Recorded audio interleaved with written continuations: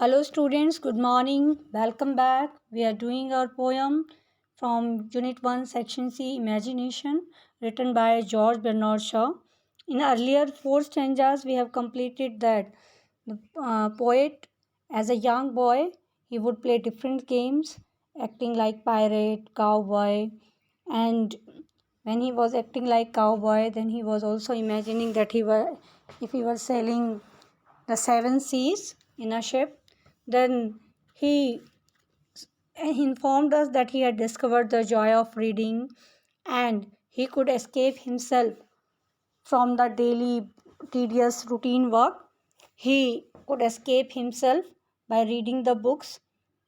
Then he imagined that he would be living with the Eskimos in the land of the ice and snow, where he went for hunting the animals and to catch the fishes.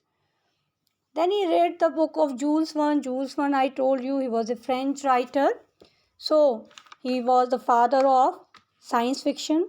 So he read his book and went off to the moon in his imagination to take a look from there. Now we are going to start with the fifth stanza. I spent time in the forest of Africa with Dr. Livingstone as my guide. Now, beta, Dr. Livingstone, he was a Scottish physician and he was a great historic figure. He was a great explorer. You know, students, though he was a Scottish physician, yet he went to Africa. Why? He went to Africa to reach to the new peoples so that he could get him free from slavery. So he went to Africa. So I spent, now author imagined himself that he would spend time in the forest of Africa and Dr. Livingstone would be his guide. So he would be going to Africa. He would be staying in Africa, in the forest of Africa with Dr. Livingstone. Then off again to America. फिर वो कहाँ चला जाता है? America चला जाता है. America में वो क्या करता है? With Huckleberry Finn and I did hide. Now who was Huckleberry Finn? Huckleberry Finn बेटा, it was the central character of Adventures of Huckleberry Finn. It is written by Mark Twain. It is a novel, Adventures of Huckleberry Finn, written by Mark Twain. तो जो Huckleberry Finn है वो भी बहुत bold और adventurous है और he kept on wandering here and there, seeking for the fun and the adventure. So he is also, the author also wanted to become like Huckleberry Finn. That is why he said that when he read the book he went to the America. So it could be possible that at that time he was reading that novel, that Adventures of Huckleberry Finn, because I told you that he, whatsoever he read, he started imagining about it. Like he read about the Jules Verne, then he went off to the moon. और means जिसकी भी वो किताबें पढ़ता है, like हो सकता है उसने डॉक्टर लिविंगस्टन की कोई बुक पढ़ी हो या वो अफ्रीका के जंगल के बारे में पढ़ रहा हो. तो इसी तरीके से may be he read the adventures of Huckleberry Finn bye mark Twain. तो वो उसके बारे में इमेजिन करता है. वो इमेजिन करता है कि वो हकलबेरी फिन के साथ कहीं छुप गया है अमेरिका में. In my world of fantasy and imagination, उसका जो ये संसार था कल्पना का, सिर्फ इमेजिनेशन का. I perform such wonderful deeds, तो मैंने अपनी उस इमेजिनेशन में बहुत सारे काम किए, वंडरफुल काम किए. लाइक यू स्टार्टेड इमेजिन कि आप कोई बड़ा काम कर सकें, अपने देश के काम आ सकें.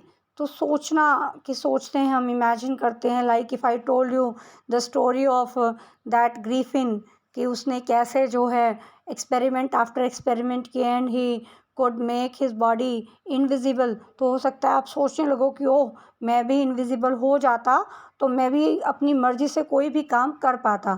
ठीक है. तो जो ऑथर है, when he was young he was reading the stories and he had lost his own imagination and in his imagination he perform many wonderful deeds. बहुत वंडरफुल अद्भुत डीड्स होते हैं बेटा, काम, एक्शंस. तो उसने बहुत सारे काम जो किए अपनी इमेजिनेशन में. जो कैसे काम? A hero of all the Nations. वैसे काम जैसे कि जो हीरोज़ होते हैं, जो नेशंस के, राष्ट्र के हीरो होते हैं, जो रियल हीरोज़ होते हैं, जो रियल की फाइटिंग करते हैं, देश को सर्व करते हैं. तो आजकल जो हमारे डॉक्टर्स हैं वो भी रेल की फ़ाइटिंग कर रहे हैं, जितने भी मेडिकल टीम्स हैं वो सारे ही हमें सर्व कर रहे हैं, तो वो सारे ही हीरोज़ हैं हमारे लिए। In the same way you can start imagining that वो मैं भी एक डॉक्टर होता या मैं भी एक साइंटिस्ट होता, तो मैं इस कोविड की जो है वैक्सीनेशन बना देता और बिल्कुल ख़त्म कर देता। तो these all what it is in our mind only, it is not existing right now that हम तो क्या, हम तो बच्चे हैं अभी, आप तो बच्चे हो, तो आप अभी साइंटिस्ट नहीं बने हो, आपने अभी कोई रिसर्च नहीं की है, तो what ever is going on it is going on in your imagination. तो अपनी इमेजिनेशन में he had perform many wonderful deeds, बहुत अच्छे अच्छे काम उसने किए, just like a hero of all the nation, जैसे कि राष्ट्र का जो हीरोज़ होते हैं वो करते हैं।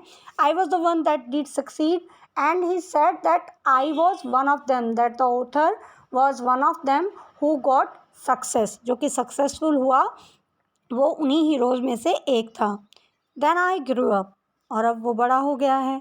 माई childish world at an end, जब बड़ा हो गया है तो ऑफ कोर्स उसको वो बातें बचकाना सी लगने लगी, चाइल्डिश लगने लगी, और जो पहले सोचा करता था that I would be a pirate, I would be a cowboy, then I would go to the moon, now there was the another phase of life, that was the another phase of life when you come to know the reality of life, that this is not possible कि आप एक चुटकी बजाएंगे चांद पे पहुंच जाएंगे, और आप एक चुटकी बजाएंगे अफ्रीका के फॉरेस्ट में पहुंच गए और अमेरिका में पहुंच गए। that can be happen only and only in imagination. So when you also grow up, you would leave everything behind, जो भी आप बचपन में हरकतें करते हैं आप सभी उन आदतों को छोड़ देंगे, because you come to know what is wrong and right for you, so you will leave everything what is wrong and you will try to opt everything what is right for you and your family. Now I had become serious, कि मैं अब serious हो गया हूँ. I still do like it nearly draw me around the bend. Now draw me around the bend बेटा made me crazy. Crazy होना कि किसी भी काम को करने का जुनून पैदा हो गया, उस काम को पैशनेटली करते रहे, ठीक है। क्रेज़ी वैसे सनक होता है कि कोई काम आप कर रहे हैं तो उस काम को करते जाएं, ठीक है।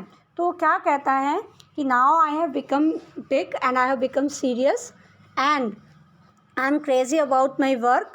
I still do like the mysterious, but ये नहीं है कि मैं मिस्टीरियस थिंग्स नहीं करता हूँ, मैं अनएक्सप्लेन पजल्स जो भी सीक्रेट्स हैं वो मेरे नहीं हैं, मैं अभी भी मिस्टीरियस वर्क करता हूँ। This is message I am trying to send, कि मैं तो जस्ट तुम्हें ये एक ही मैसेज देना चाहता हूँ। What message does the poet want to convey here, that the childhood period, this is the best time, best period of your life बेटा। You are free from all kind of worries. आपने parents को देखा होगा, parents worry करते हैं, आपके लिए करते हैं, आपके पेरेंट्स आपके ग्रैंड पेरेंट्स के लिए करते हैं।